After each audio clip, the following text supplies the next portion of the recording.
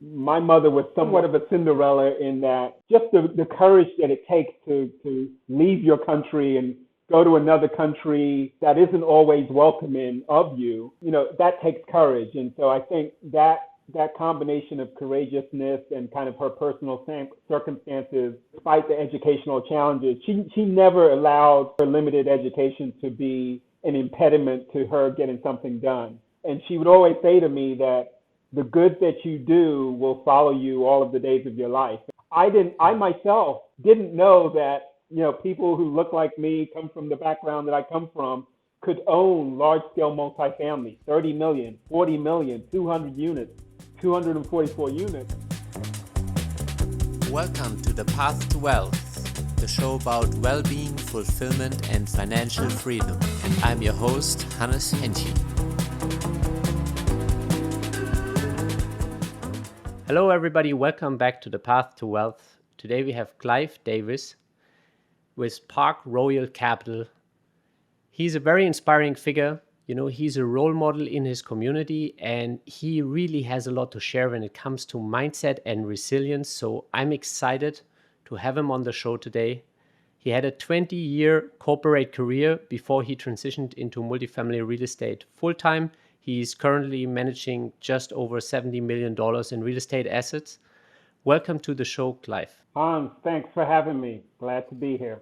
Maybe you can give us a little bit about your background. Where are you coming from? And then later on, we are talking where are you going. But tell the audience a little bit about yourself and where did your journey start and where did your family come from? Yeah, so I'll go back a little further than I usually do. So I was actually born in London and grew up in the UK, born to Jamaican parents who migrated to England and the UK in the early 60s, and that's how I ended up being born there. And then we relocated to the US in the mid-80s in pursuit of the American dream. At least my mother was in pursuit of the American dream and we followed her. And so when I arrived in the U.S., we settled in New Jersey, on the Jersey Shore in Bradley Beach, New Jersey specifically. And most of my time in the U.S. Before transitioning to Atlanta, which is where I am now and have been for 17 years. Prior to that, most of my time in the U.S. had been split between New Jersey and New York. And for undergrad, I went to Rutgers University in New Jersey, the State University of New Jersey, and then from there I went on to grad school at State University of New York, Albany, and then eventually law school at Columbia Law School. So out of law school, I found myself on a path to being a corporate transactional lawyer. I didn't know what that was when I headed off to law school. But I quickly found myself immersed in that world. And for several years, I was doing corporate transactions, primarily focused on debt and equity offerings. By the time I had rotated through kind of the legal rotation that is common in these big law firms, I tried a little bit of M&A. I did a little bit of general banking, a little bit of real estate. But ultimately, I assigned to the capital markets group, and so I was doing debt and equity offerings. So this is before the tech bubble burst in 2000 timeframe. I was working on these types of deals and also doing some IPOs. And after 4 years, I shifted gears and moved to Pfizer. So Pfizer is probably more familiar to folks these days, given the role that they've played in connection with COVID.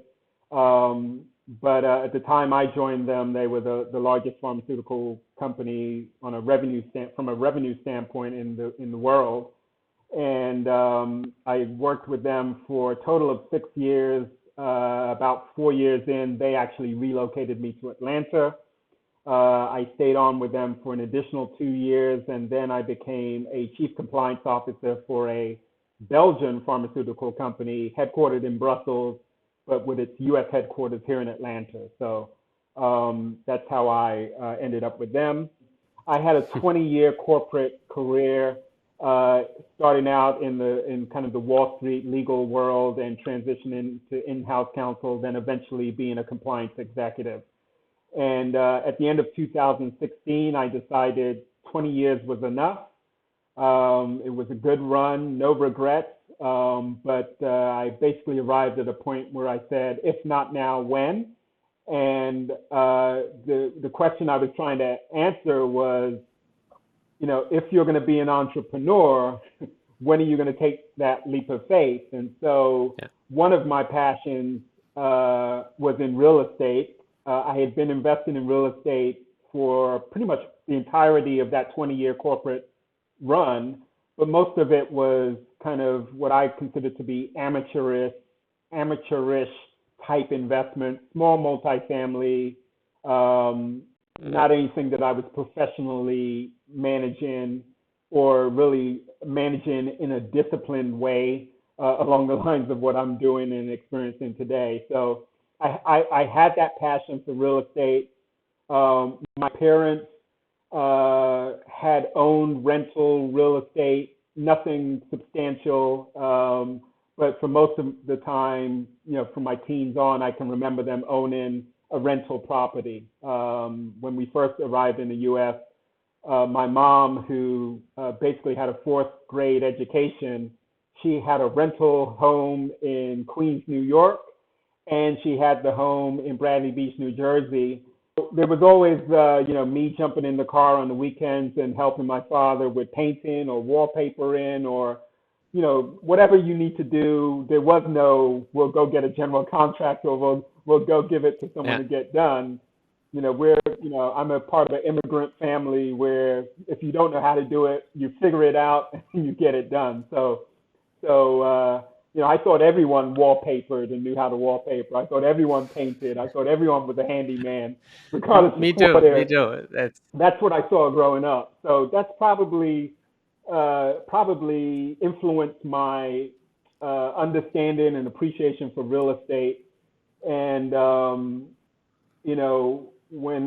the first thing I did, my parents retired to Florida in 1996. And so one of the first things I did was in 1999, I bought a duplex as an investment property in the same community that they retired in. And I set up a banking account. I put my parents' name on the account. And that was my way of subsidizing their retirement without them having to ask me for money. So whenever they would say, we need something or something's broken and needs to be, I would just say, you don't need to ask me. Your name's on the account. And I had all of the rent going into the account. For all of those 20 years, I was never reliant on the income from any of the real estate that I owned. I was blessed to be a high income earner. And so, me getting, $500 or $600 off of a property wasn't anything that I was reliant on. So I was blessed to be in a position to do that for them. And like I said, at the end of 2016, I bid corporate life and the W-2 with it farewell. And I said, let me go pursue this. And worst case scenario, my safety net was always, most people don't have the luxury of having a six-figure job that they could fall back on if the entrepreneurial pursuits don't work out.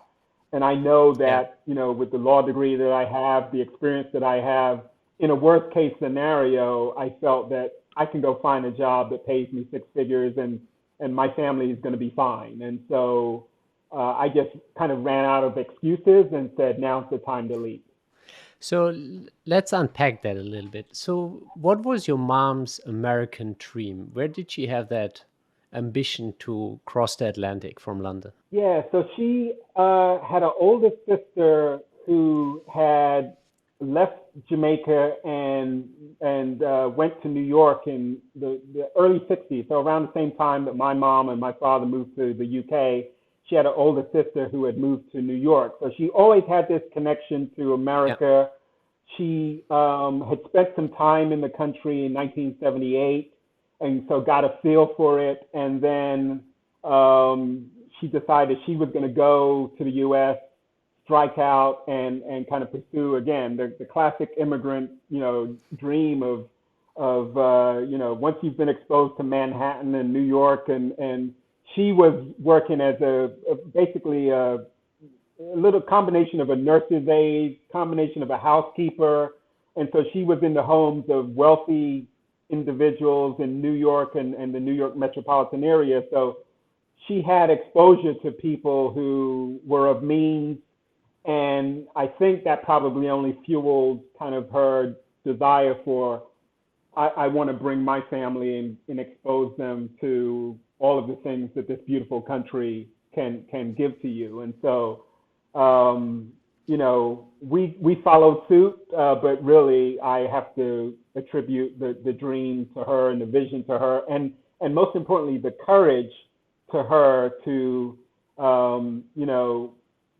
pick up and strike out, because my father raised me and my sister. We had some older siblings who were adults by this point in time, but my father raised me from the age of 8 until I was 13 when we moved to the U.S. And throughout that time, my mom was here in the U.S., working hard, around the clock, kind of preparing to bring us eventually, which she was able to do and reunite the family. So I know the importance of uniting the family and kind of the struggle that goes along with that. That must have been really tough for the family, like having that distance for 5 years. I'm sure she also didn't fly over on a quarterly basis. No, not at all. I think Yeah. I can point to. I know we went to New York for vacation twice during that window, and she returned to the UK probably also twice. So probably 4 times during that 5-year period that we actually Wow. saw each other in person and spent substantial time together. Obviously, we were on the phone, and there was no internet Yeah. back then. No Zoom yet. Yeah, no Zoom. But no doubt it was a sacrifice, but it's not an uncommon sacrifice to the immigrant story. I mean, you hear immigrants picking up, leaving their home country, sometimes not speaking the language, and going to another country and having nothing but a dream and whatever they have in their pocket. My mom and my parents in this case are no different. I remember my father saying when he left Jamaica in 1960 for England, he said, he had heard that the streets were paved in gold, and he was going to go make a killing, and then he was going to return to Jamaica in 3 or 5 years. It took him 24 years before he set foot back in his home country of Jamaica. And obviously, during that Whoa. time, he learned the reality of being an immigrant in the UK, and that the streets are not paved in gold. And Actually, the streets in New York are paved quite badly. yeah, lots of potholes and things that you have to Yeah. encounter. So, but overall, I feel like the family made that sacrifice, and I mean, you're living the American dream in many ways now. You stepped it up to a completely different level from your parents. So, I assume after all of those years of sacrifice and then working towards your goals, they think it was all well worth it, right? 100%. I mentioned that my mom, at best, she had a fourth grade education. Neither of my parents were able to attend high school because you had to come from a family that had money in their Yeah. world, in their day, and their time. To attend high school, you had to have money. So none of them were blessed with that. And so to see us, I'm the first college graduate in my family. And then to go on from that to go to graduate school and then go to an Ivy League law school. There's been so many personal milestones for me personally, but they're milestones for my family, because I've opened some doors to the next generation that were not open to my parents, and needed to be pushed open by them for me to go through those doors. And so it's I like to think that we're doing exactly what was intended, which is the start that our parents gave to us. We give our children a better start than we received, and so that's kind of what we try and do. So, where did your mom, given that she maybe had limited school education, but she seems to have a savviness in life, and reach for more? Where did that drive come from to actually then acquire rental apartments and rent them out? And you mentioned that you were there to paint them with your dad. Where did that savviness come from to have that passive, or in your case, a little bit more active, since it's not on the scale yet to be passive? But where did that savviness come from? I just think my mother was a special woman in that, I mean, to hear her tell the story when she was here with us, she had been working from the age of 14 or 15. She has somewhat of a Cinderella story to hear her tell it. Her mother had died, I believe, in childbirth, in shortly after giving birth to my mother. And so her father had remarried and had children with his new wife and what have you. And so my mother was somewhat of a Cinderella in that the primary caretaker in the household was not her biological mother. Yep. And so she kind of struck out on her own early and was working from the age of 14 or 15 and living in a country that's, to some extent impoverished. There is no kind of real safety net, and this is common where you live in a country where there are few safety nets. You have no choice but to be somewhat of a hustler, somewhat of someone who is really just focused on making things happen because no one's going to make it happen for you. So just the courage that it takes to leave your country and go to another country that isn't always welcoming of you, that takes courage. And so I think that combination of courageousness and kind of her personal circumstances as a young girl, I just think despite the educational challenges, she never allowed her limited education to be an impediment to her getting something done. And I observed and I learned from her that you should never be ashamed or afraid of asking for something that you need or that you want. And she had a huge heart. She would give you the shirt off of her back, and sometimes I would see her helping other people, letting people stay in our home that were strangers to us, just because they didn't have family, they needed help, and she would always say to me that the good that you do will follow you all of the days of your life. And it's kind of a flip on kind of, good, you put out good karma will come back to you. And that was kind of just her version is, I help people and I do things that I can do for other people, and my children will benefit from the good that I do. So that was kind of just what I grew up with.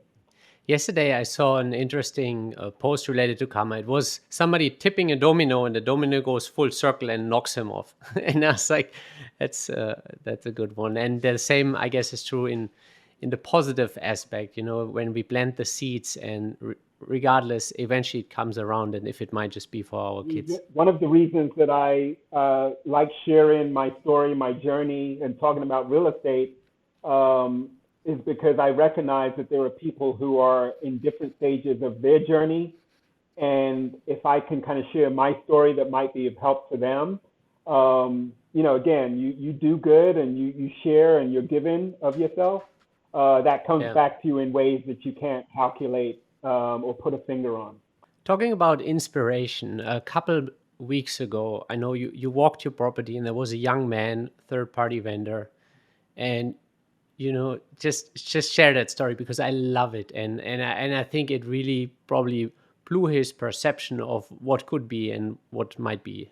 Yeah, and I'm glad I got a lot of attention from that post, and I didn't post it to get likes or comments necessarily, but just literally sharing something that had happened to me earlier in that day. And so what had happened was I was visiting one of our properties here in Atlanta, and we were at the starting phase of our water savings initiative. So having toilets and shower heads and aerators changed out.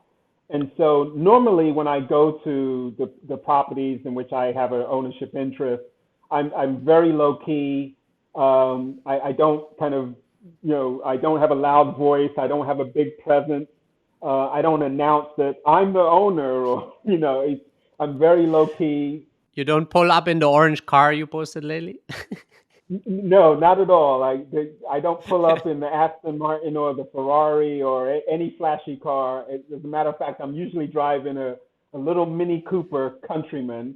And so on this particular occasion, I encountered one of the work crews, a young man who, in my estimation, he was probably in his early 20s, probably 22, 23, maybe, African American guy.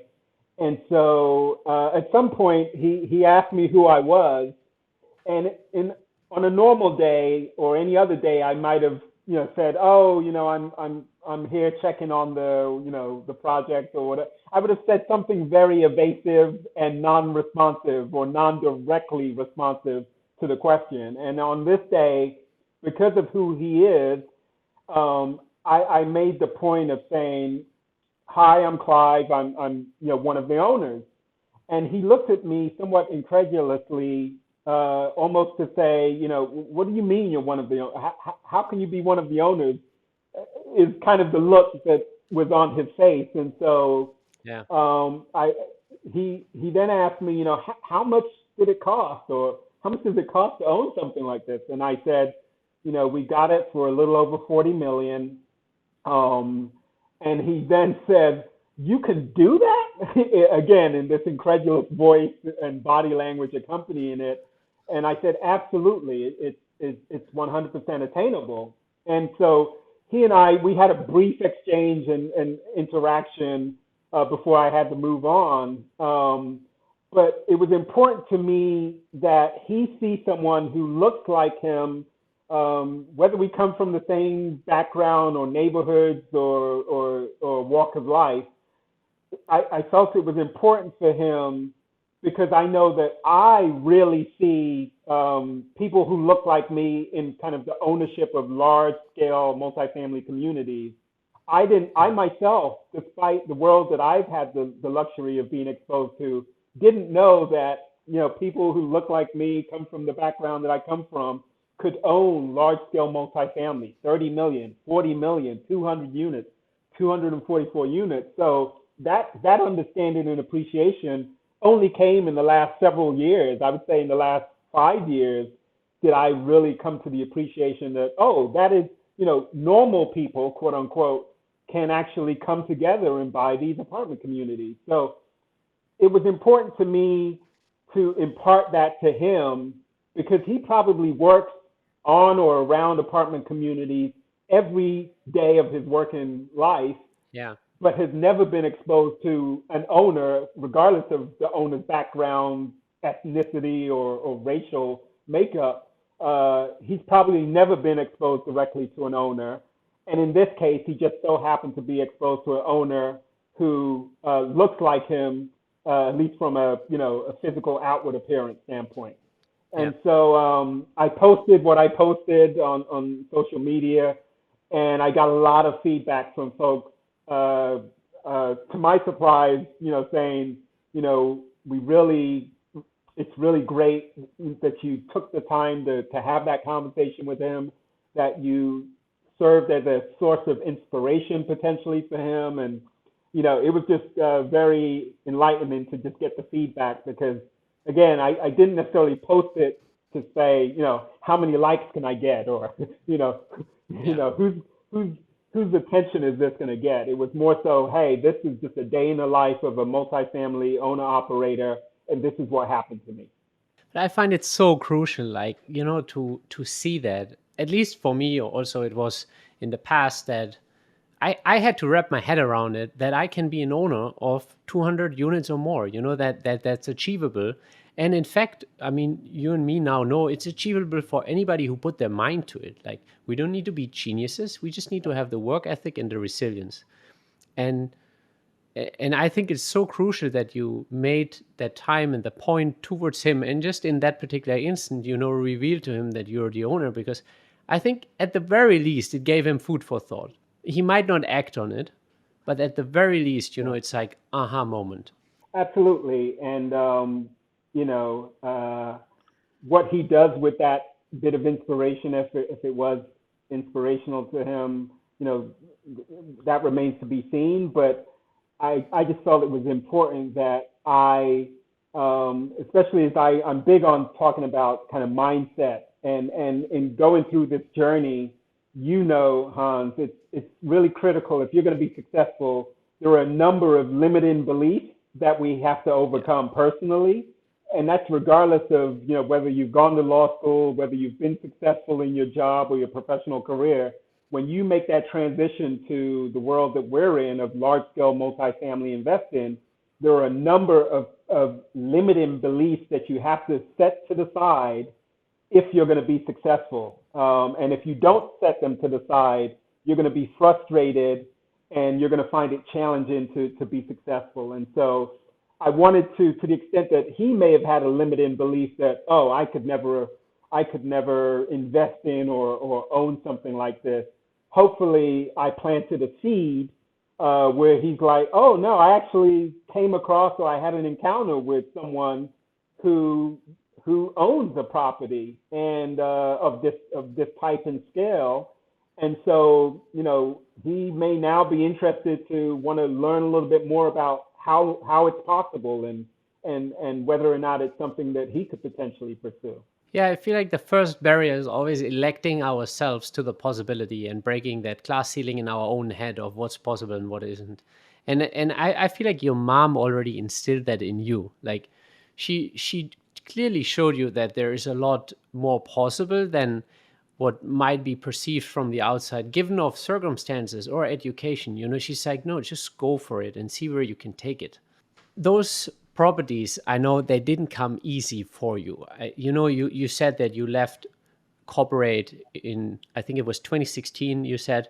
So there's a long road in between. Maybe you can give us a little bit of context about the grind and the resilience and persistence, because obviously going from like a good six-figure lawyer income into that dry valley and kind of looking at the possibility of building your own company and becoming your own boss, but also kind of knowing when it's time to double down, or worst case, you said you might have to actually reconsider and go back into law. But how did you have the stomach to actually walk through the valley and come out on the other end? Yeah, so I tell people that I am the definition of not being an overnight success.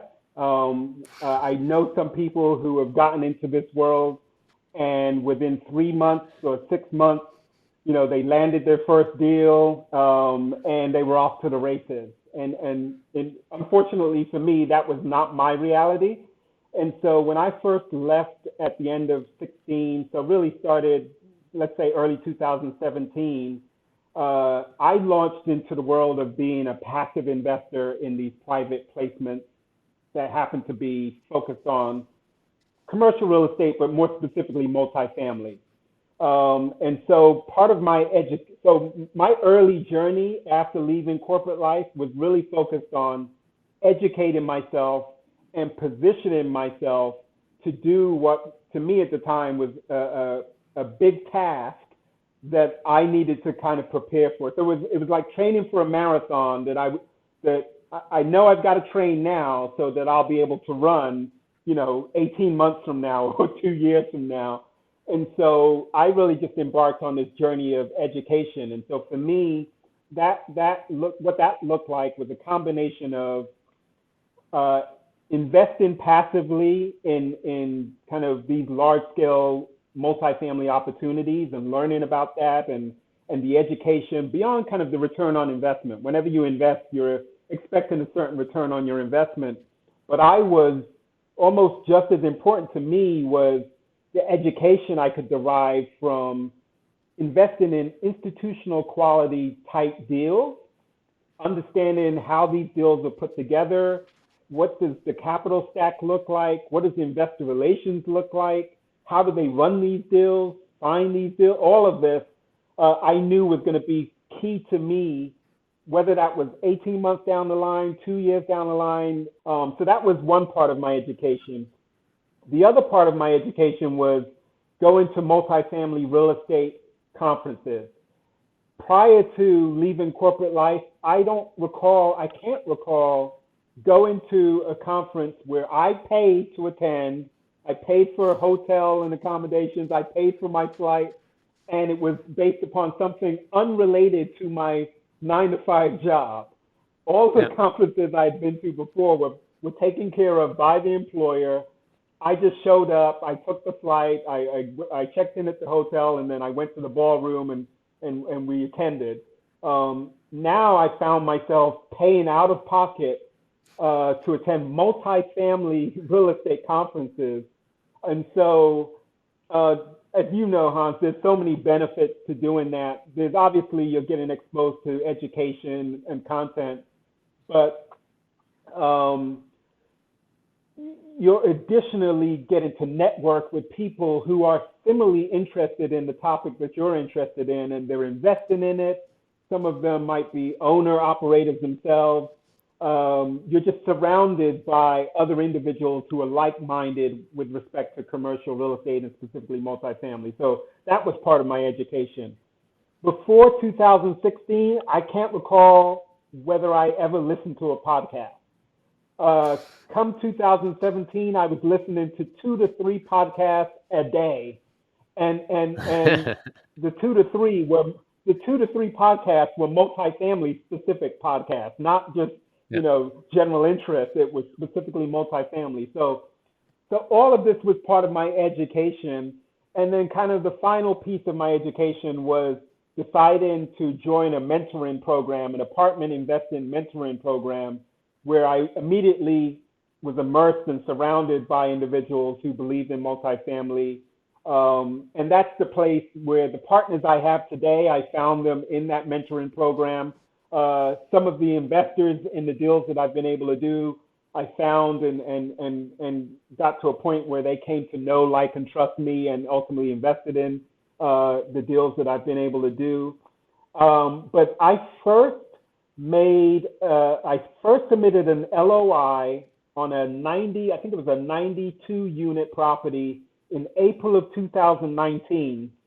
And I ended up being a runner-up. We went to best and final, and we got second place. And I said, okay, not bad for my first LOI submission. I'll get the next one.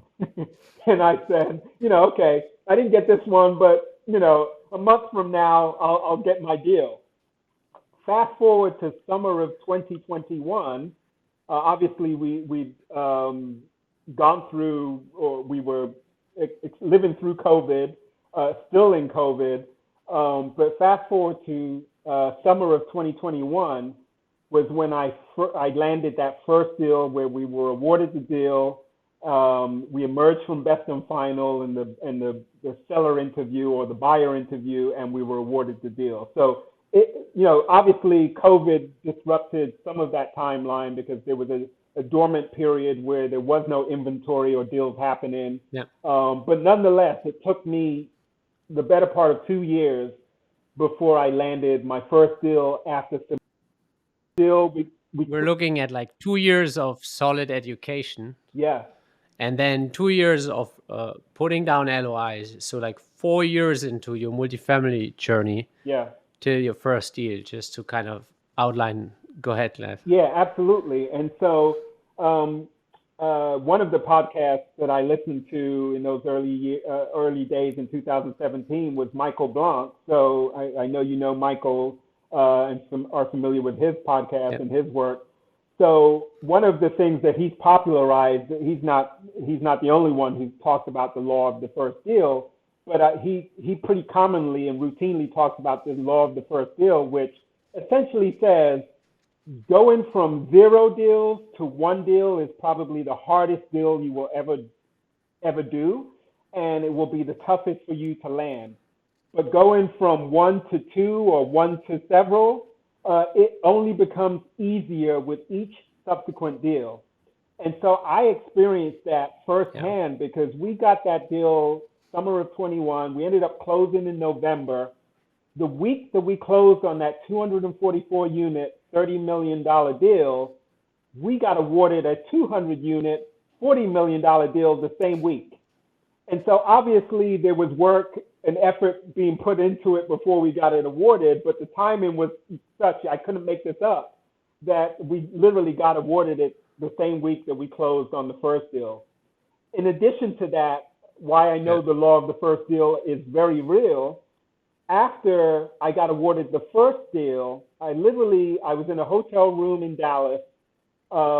We did the buyer interview. We got a call back notifying us that we had won the deal. I flew back from Dallas to Atlanta, and on the Monday, I got a call from a broker, and it was not the brokerage firm involved in that deal or that transaction, but I got a call and he said, "Hey, Clive, congratulations. I heard you got XYZ deal."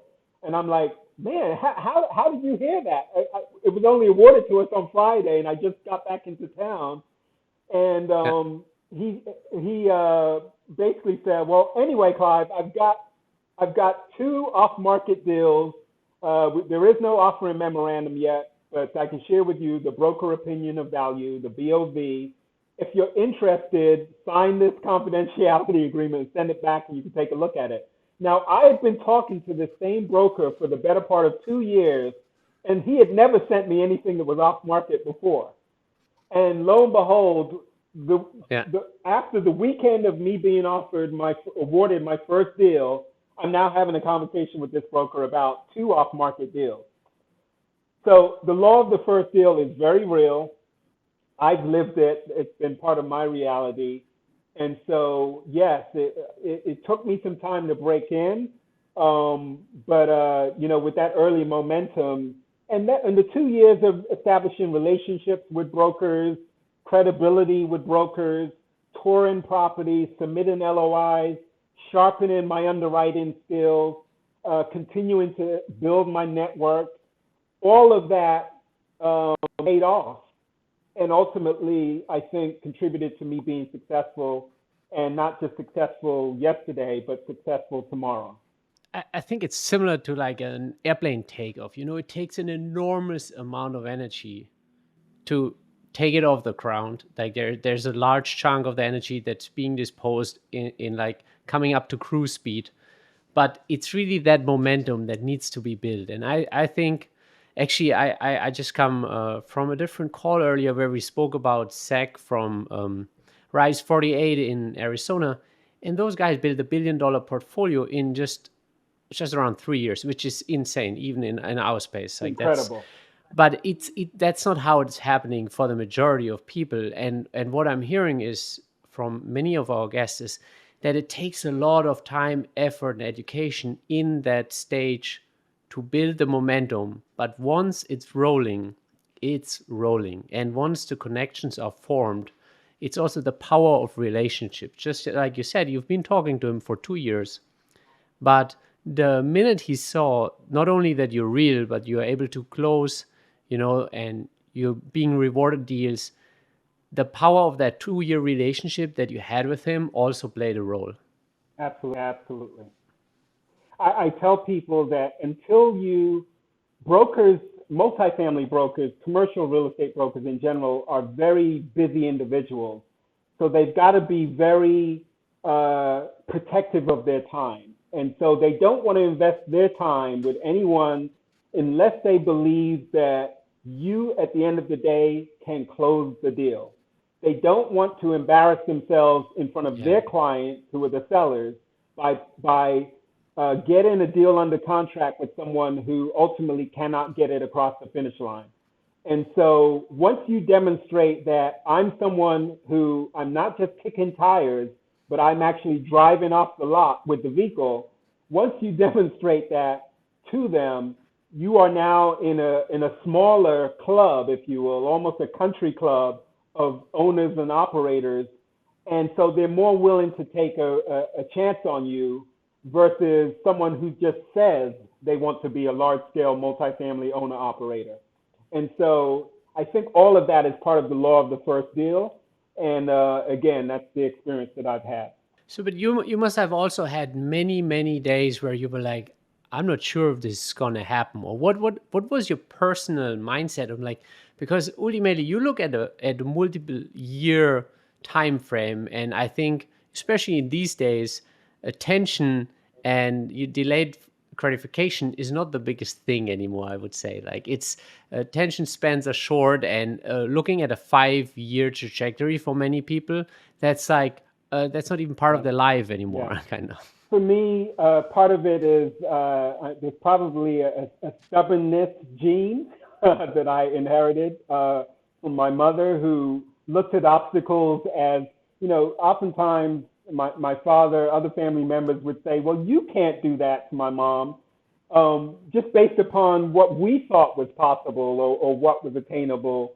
And she would just, perhaps out of naivete, she would just say, I'm going to try and let's see what happens. And sometimes she would try and we'd just be looking at her and be like, how did she do that? Like, who does that? Like, and she would reach out and she would have no qualms about asking for help if she wanted something and going after it. And working hard was a given. So it wasn't even a matter of working hard. That was just assumed. But beyond working hard, she would pursue things Yeah. that many people would look at her and say, you're wasting your time even pursuing that because that is not for you or that's not attainable. And so I think I got some of that gene. And over the years that you mentioned, I invested a lot and I sacrificed a lot. And so I was just not willing to accept failure. Failure was not an option for me. And it's not an option for me today. And it wasn't an option for me as I was taking this leap of faith. And so I just knew that I just needed to be disciplined, to be resilient, to keep working the system. And it was a matter of when. It was never a matter of whether it was going to be attainable for me. It was just a matter of how long it was going to take me. Yeah. Obviously, I wanted it to be a shorter period of time, but the fact that it ended up taking longer than I would have liked, it just meant that it took longer than I would like. But it was never any doubt as to whether or not I was going to be able to do it. The only question was, can I sustain myself for the length of time that it's going to take me to reel in that first deal and the law of the first deal to kick in and to get number two and so forth. And so, Yeah. that there were days where I was saying to myself, and I tell people this on a regular basis, that from the age of 18, I had, until I left corporate at the end of 2016, I had never had more money leaving my pocket or my bank account on a monthly basis than the amount of money I had coming in on a monthly basis. And all of that changed when I left my W-2 income, which was Yeah. very healthy. I went to a situation where I was paying out and more money was leaving my household on a monthly basis, month over month. And very little, relatively speaking, was coming into the house. And so that took some getting used to. And I talk about kind of, getting outside of my comfort zone and taking a leap of faith. But I needed to wrap my head around that because I had never experienced that in true adulthood. And now for the first time, I was experiencing that. And I knew I was making a sacrifice and I knew why I was doing it. But it was still very, very uncomfortable to see my resources dwindling because. So for someone who is just getting started, I feel like it's so hard for people to relate to, okay, I will build this and I will sacrifice and I will pay money now for services or maybe conferences or flights or making connections or tools or books now. And then a couple years from now, that might yield a result. I feel like it's very hard for people to make that tangible connection. So, what would you kind of give them on the way? Maybe that young man that you met on your property, if he were to ask you, like, how do you go about this? What would you give him on his way? The most responsive answer I would give is going to be centered around education. So, and when people kind of hear my story and hear what you just shared, what I would say to them is, when I went to law school, I was fortunate. I went to undergraduate.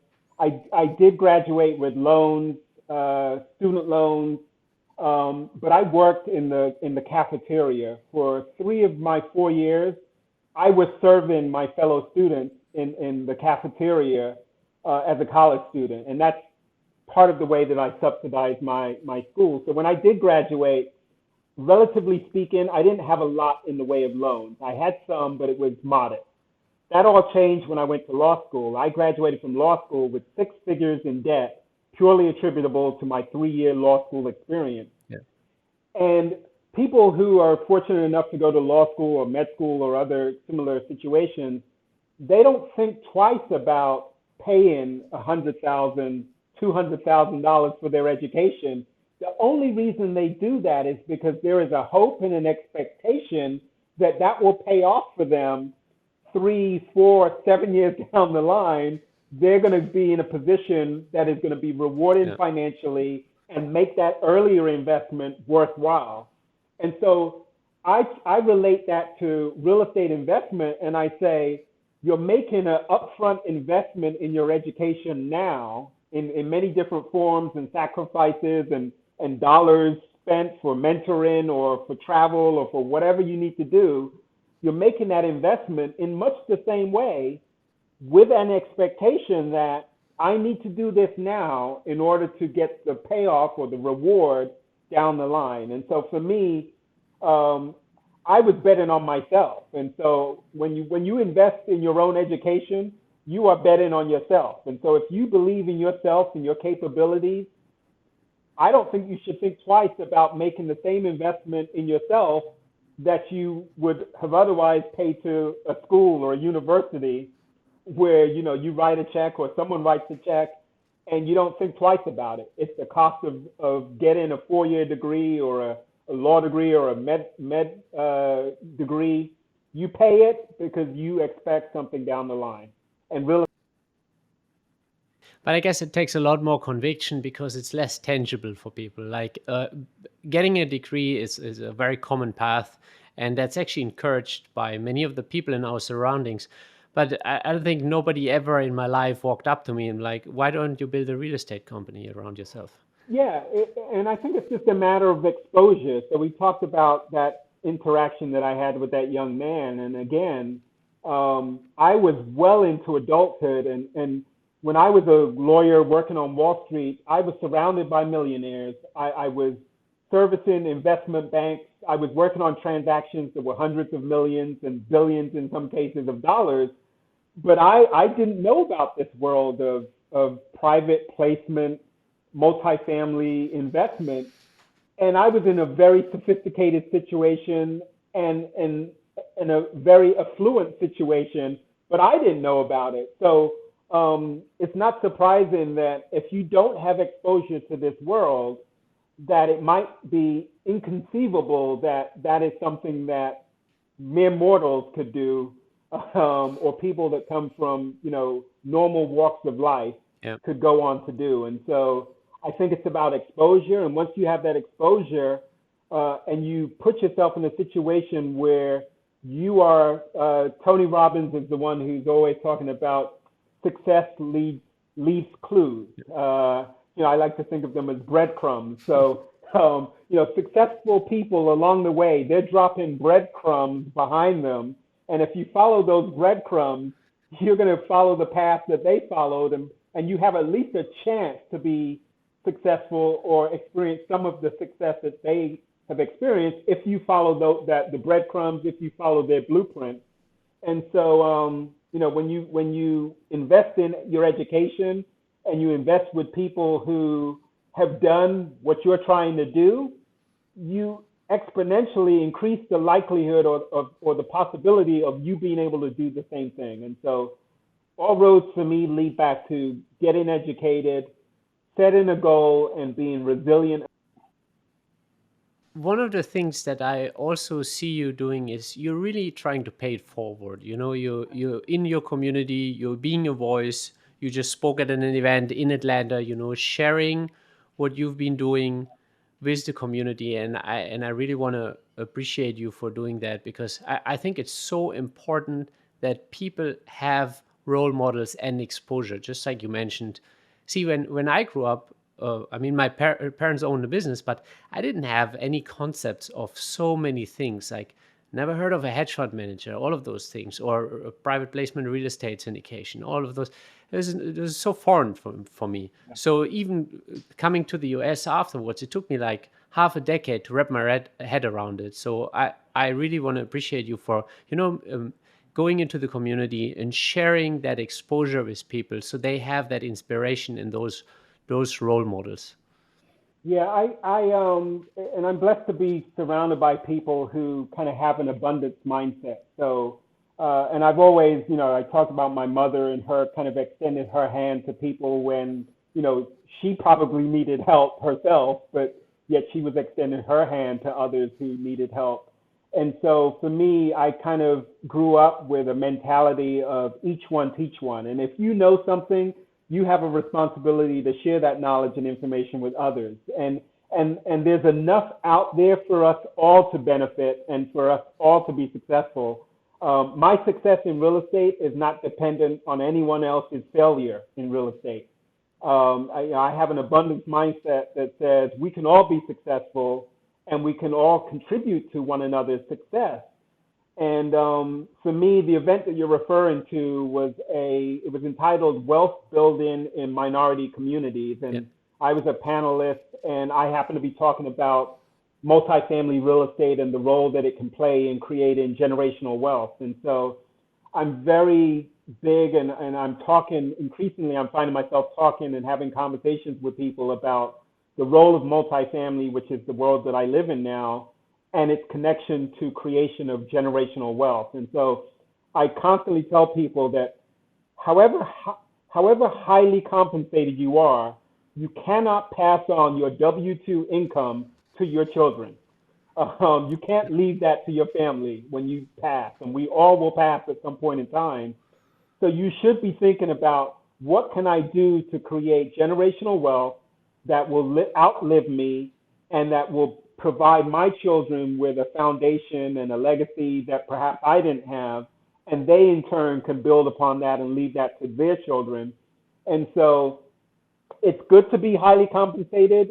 If you are an employee with a W-2, with a 9 to 5, but for me, I encourage people who are in that situation to think about how can they translate that high income, those high earnings, how can they translate that into creation of generational wealth? And investing in multifamily real estate or other real estate, commercial real estate, is a tried and proven way for you to create wealth. I guess on the flip side, maybe of generational wealth, there is like a common theme where the third or fourth generation doesn't have the same hunger and the mentality that, for example, your mom had herself or that was instilled in you. Do you think at that level it's still a boon or a curse? Uh, I think like anything, I think it comes down to, how you've raised your children, the values you've imparted to your children. And my children, I have 4 children, one of whom is a college graduate, and she'll be heading off to live in Colombia in a couple months. She'll be heading off to do a Fulbright. And, I think we've done a good job in imparting some of the same values that were imparted to me by my parents and the work ethic that was imparted to them. I can't recall a time when my father wasn't working 2 8-hour shifts back to back. That was just part of my reality or his reality. And so I thought it was normal to work 16 hours a day, Yeah. Work a night shift and work these crazy hours. But again, when you're an immigrant who picks up and leaves your country in pursuit of something, hard work is just an assumed, it's a given. Lazy people do not leave their home country in pursuit of the American dream Generally don't know. if they're lazy. Those They might go to Germany for Social Security. maybe.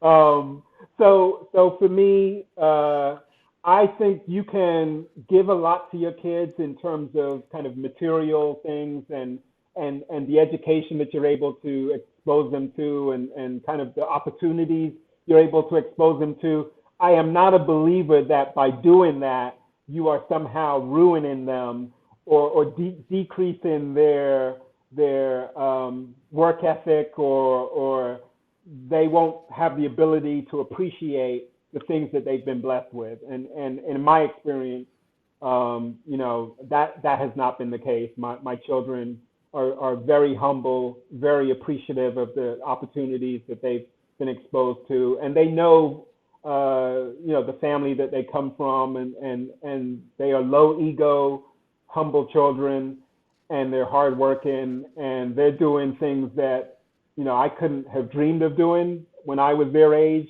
They're going to go on to do a lot, not only for themselves, but just as importantly for the community. Yep.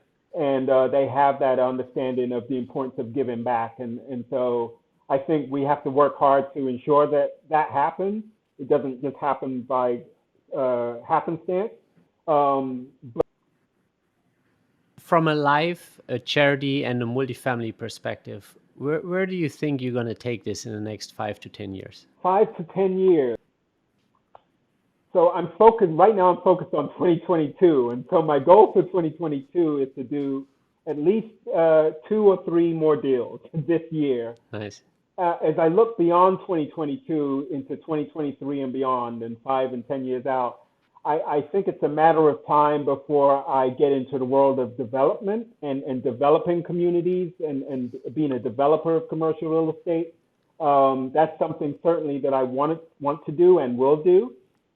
It's just a matter of the timing before I embark on that journey. It's a very different animal than kind of going and buying a community. Developing a community is a very different timeline, a very different model, and it takes there's some transferable skill sets, but it is a very different business model. But it is one that I do see myself getting into.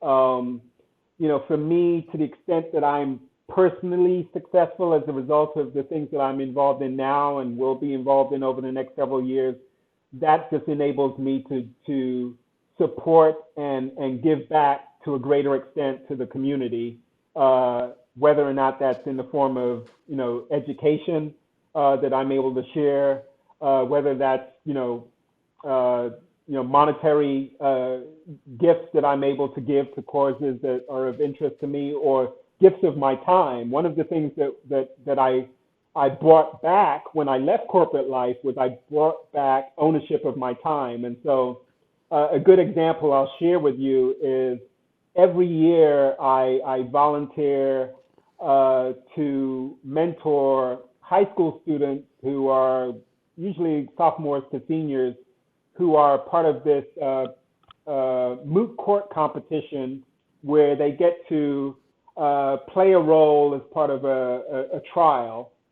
They're given a case and they're each assigned roles, and then we have lawyers from within the community who work with them, and we help coach them as to how to be a lawyer, how to be successful in advocating the case and their position, and then ultimately we judge them at the conclusion of this program. So it's over the course of about 2 weeks during the summer. And so just today, I was able to send back a response. They sent out an email saying lawyers to volunteer their time. And I was able to respond and say, I'm available. I think they probably had 12 to fill. And I was able to send an email back that said, I'm available 9 of these 12 times, where I will give 2 to 3 hours of my time each day. Yeah. And then at the conclusion of the event with the moot court competition, I'm available for 2 shifts, 9 to 11 and 1 to 3 on a Friday. And so when I was in corporate life, there was no way that I could say that I'm going to be available 9 days in June where I'm going to be able to give 2 to 3 hours or 2 to 4 hours of my time. Now I'm able to do that because I don't answer to anyone other than myself and maybe my wife and my children whose needs I need to ensure are taken care of. But that's what buying your time back enables you to do. And so that's what multifamily real estate has done for me.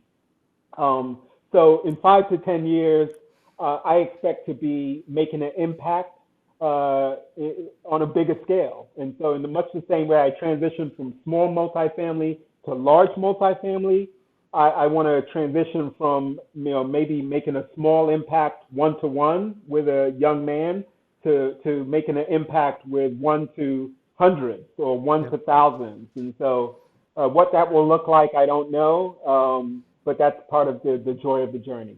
I love it. I love it. Thank you so much for sharing. And then on a final note, one of my favorite questions always is, what does a life well lived mean to you? It's a life in service in some capacity or another. To the extent that, again, you can't take your wealth to your grave with you, although some people perhaps try. The things that you will be remembered for are the good that you were able to do for people within your circumference. If you were able to impact people in a favorable way, that enables them to in turn to impact others. We talked about that domino effect. That is going to be your legacy. And so a life well lived for me is a life where you have positively impacted people who in turn will impact others. I love it. Thank you so much for your time, Clive, being so generous with us and sharing your story all the way back to like the challenges that your mom experienced and the mindset she instilled in you. And where can people connect with you?